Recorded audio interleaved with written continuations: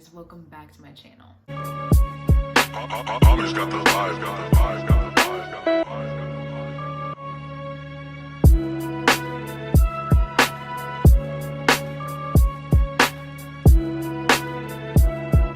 vibes. So, as you can see by the title, today I'm going to be doing a little girl talk on basically body hair removal. I have a couple tips and tricks for you to prevent ingrown hairs and all that kind of stuff, and I'm also going to be talking about each method of hair removal that there is, or at least the 4 most popular ones. Basically just tips and tricks on each one of those, what they are, which ones are recommended, some pros and cons, and all that kind of stuff. But yeah, so that's basically what we're going to be talking about, and let's just get right into it. So the very first method of body hair removal that I'm going to be talking about is the most popular one, which is shaving. I'm first going to talk about the pros and cons.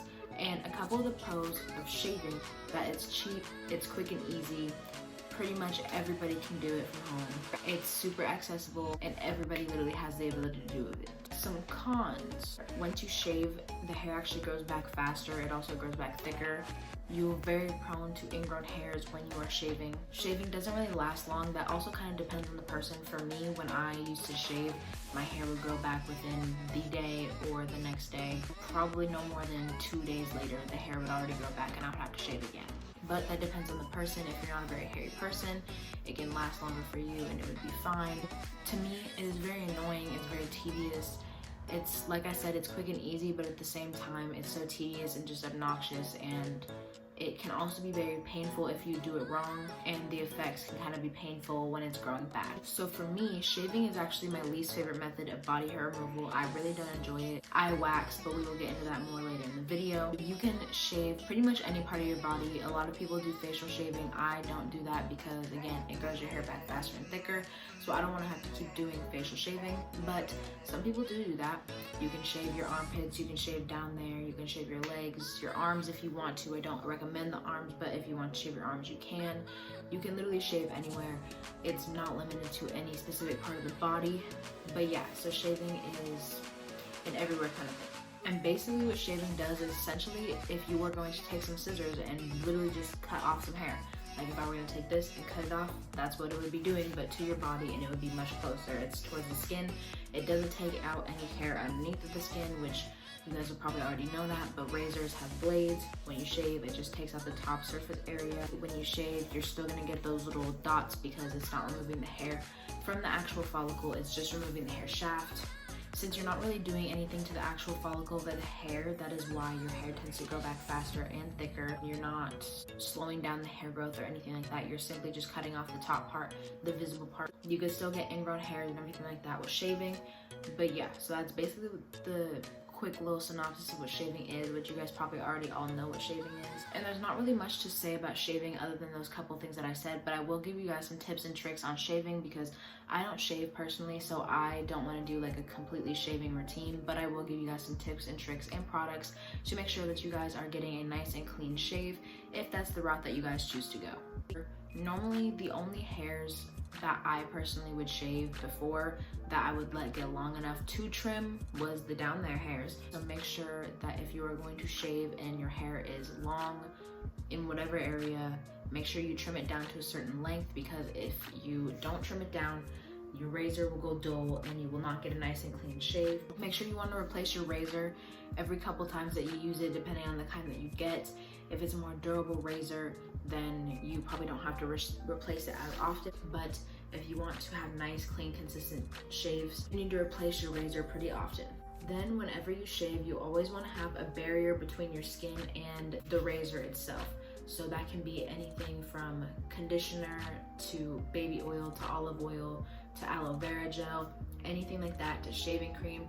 But definitely for certain parts of the areas, I definitely recommend certain things to use. For example, if you're going to shave your face, I definitely highly recommend aloe vera gel. If you're going to shave down there, I highly recommend some sort of oil, whether it's baby oil or coconut oil. If you don't want to use oil down there, that's fine too. You can use conditioner. Conditioner is a really good product that I recommend using. Then shaving cream you can use anywhere else.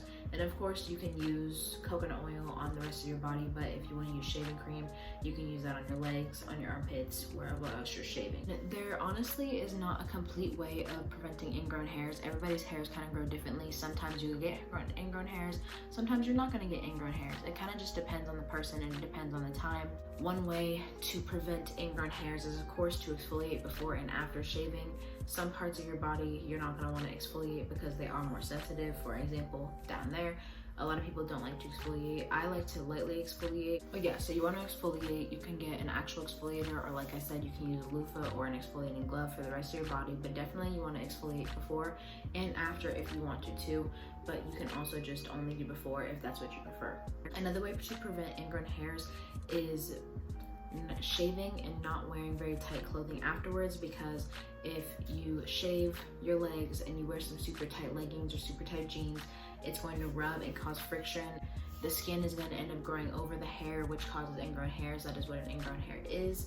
So I definitely don't recommend wearing tight clothes. So if you take a shower at night, I would shave at night and wear a big t-shirt or some light flowy pants or shorts or something to bed, so you don't have that friction. Along with same thing with shaving down there, you don't want to either wear underwear right after you shave, or you don't want to wear tight constricted underwear. And if you do wear tight or constricted underwear, I definitely recommend cotton underwear to let it breathe. Then there are also certain directions that you can shave to prevent ingrown hairs. Pretty much everywhere on your body you are able to shave pretty much against the grain and you won't have very many ingrown hairs. I literally have had probably like 2 or 3 ingrown hairs in my entire time of shaving on my legs. I don't get ingrown hairs too much on my armpits, but your armpits is a more sensitive spot, so you want to make sure that if you can, probably better to shave with the grain rather than against it. But again, shaving against it in your armpits isn't that big of a deal. But where you do not want to shave against the grain, you want to shave with the grain, or even side to side is better than against the grain, is down there. I know for me, especially when I shave against the grain, it really hurts to grow back. It itches a lot to grow back, and I get a lot more ingrown hairs than when I shave with the grain. Of course, if you don't shave against the grain, you're not going to get the hair shaft right up against the skin, so you probably will have a little bit of stubble down there and still some leftover hair. I mean, if you really want to get a super smooth and super close shave, go against the grain at your own risk. The closest shave that you can get without going against is side to side, and that's a really good way of doing it. A lot of people also have the concern of having like strawberry legs, which is essentially where you can see the dots of the hair follicle underneath your skin even after shaving. Honestly, sorry to break it to y'all, if you have dark hair and you can see the dots, there's nothing gonna get rid of that if you are going with the shaving route, because again, shaving just takes out the top layer of the shaft. It does not take out anything underneath, which is what those dots are. That's pretty much the end of shaving. That's all I have for shaving. If you guys really wanted me to do a video, I could do a shaving routine video for you guys. And one more thing, to make sure that you are getting the smoothest and cleanest shave possible, make sure that after you guys shave, you definitely want to moisturize, whether it's with a body oil or a body lotion, because that's going to keep your skin soft, it's going to keep your skin moisturized, and it helps with the irritation. But the next form of body hair removal that I want to talk about is Nair and like all of those body hair removal creams. I personally have never done body hair removal creams, but I will talk about it anyways because I know this is a very popular way of removing body hair. Some of the pros are pretty much the same thing as shaving. It's easy and it's affordable, also accessible. Pretty much anyone can do it at home, except for if you have sensitive skin. I don't recommend it if you have very sensitive skin. But some cons, it is chemical, so if you do it incorrectly, you could potentially chemically burn your skin, which obviously is not good. Obviously that's not what we want, but that is a potential. Again, with the con, you would think since it is a chemical remover, it would remove the hair under the skin. It doesn't. It's basically the same exact thing for shaving, just with a cream rather than a razor. And again, just like shaving, it doesn't last very long depending on the growth rate of your hair. That's basically all my pros and cons for Nair. Pretty much the same thing as shaving, just again without a razor. Like I said, I've never tried it, but I did do a little bit of research, and it essentially uses chemicals to break down the chemicals within your hair. For example, it breaks down the keratin, which allows you to basically chemically just take off the hair on the surface. So you basically just put the Nair on your hair, on your legs or or on your armpits or wherever you're doing it. You put it on there, you wipe it off, the hair is gone. That's it, because it breaks down the chemical compound of your hair on your body, which causes the hair to break down and there to be no more hair. You can use it pretty much everywhere. I believe there are other brands other than Nair, but I'm just talking about Nair because that is the one that I know most of. There are facial remover Nairs, there's sensitive skin removal Nairs, there's leg Nairs, like there's a bunch of different categories of the Nairs that they got. But yeah, so you can basically use it anywhere, same thing as shaving. But like I said, if you do it incorrectly, it could really harm your skin because again, it is chemicals. I've heard of people getting chemical burns from Nair, but you just have to be really careful when using Nair, especially in sensitive spots like your armpits, or if you choose to use it down there. I don't recommend using it down there, but if you chose to use it down there, definitely make sure to be careful because it is a very sensitive spot and you definitely don't want a chemical burn down there. Like I said, it only removes the hair above the skin, and it's basically the same effects as shaving. Like I said, it's just without the razor. I don't know the care that you want to do before or any products to help reduce ingrown hairs or nothing like that. That's that pretty much. I don't have much to say about it just because I haven't done it and I don't want to give you guys false information. But if you are interested in using Nair, I definitely recommend doing your own research and figuring out what you guys want to do and if that's the method that you guys want to use. Next, I'm going to talk about waxing because that is personally the method that I use. This is the method that I like the most so far. You can also put like plucking and threading within this category because obviously you guys know what plucking is. Threading is essentially taking thread and basically plucking your body hair with some thread that's like wrapped around and it like pulls the hair or whatever. It's basically all the same thing because it tears it up from the hair follicle. But I'm mainly going to talk about waxing because plucking is basically that same thing, just a more tedious and like handheld process. So like I said, this is my preferred method. Some pros, it lasts a very long time.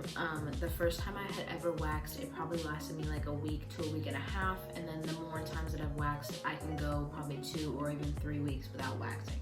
Another pro is, like I said before earlier, it pulls the hair up from the root, meaning there's no more follicle left in there, or at least not a lot of follicle left in there when you're waxing. And when you do wax, less hair tends to grow back along with thinner hair tends to grow back, so it's less coarse, it's less thick, all that kind of stuff. Cons, it is painful. It's kind of hard to do by yourself depending on what area you do it in. I do my face, I do my armpits, and I do my Brazilian all by myself at home.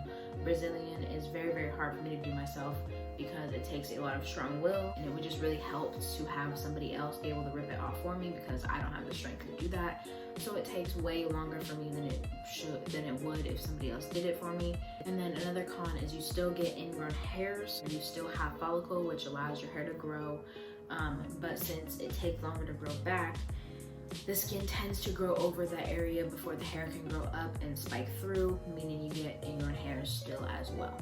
I don't want to go too deep into waxing because I really could do a whole bunch on waxing, because I am going to do a waxing routine video because I know a lot of people wanted it and I know a lot of people want to try waxing, so I am going to give you guys my waxing routine in a whole separate video, and that'll have my preparing for waxing, it'll have my actual waxing and how I do it on certain areas of my body, and it'll have all the products that I use along with how I take care of my wax afterwards. But it is painful, but there are ways to reduce the pain level. It also all depends on your pain tolerance, how you deal with pain, all that kind of stuff.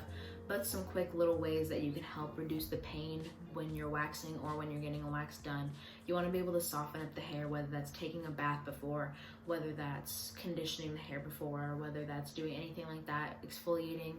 Those are all ways to soften up the hair. Or you can take ibuprofen or Tylenol or some sort of painkiller before you wax, probably like 30 minutes before, so it has time to kick in. You also really need to remember to drink water when you are waxing or getting waxed because you are putting hot wax on your skin and you're ripping it off. If you are not drinking water and your skin is not moisturized without having product on it, then you are more likely to tear your skin off when you're waxing, or you're more likely to get a burn because your skin is dry.